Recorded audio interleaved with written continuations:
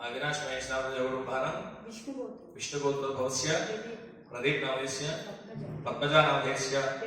देवदत्त सायं देवरुंभारं अंदर కూడా చెప్పేది వరకేనమ్మా మమ కుటుంబానాం క్షేమ స్థైర్య ధైర్య విజయ అభయ ఆయు ఆరోగ్య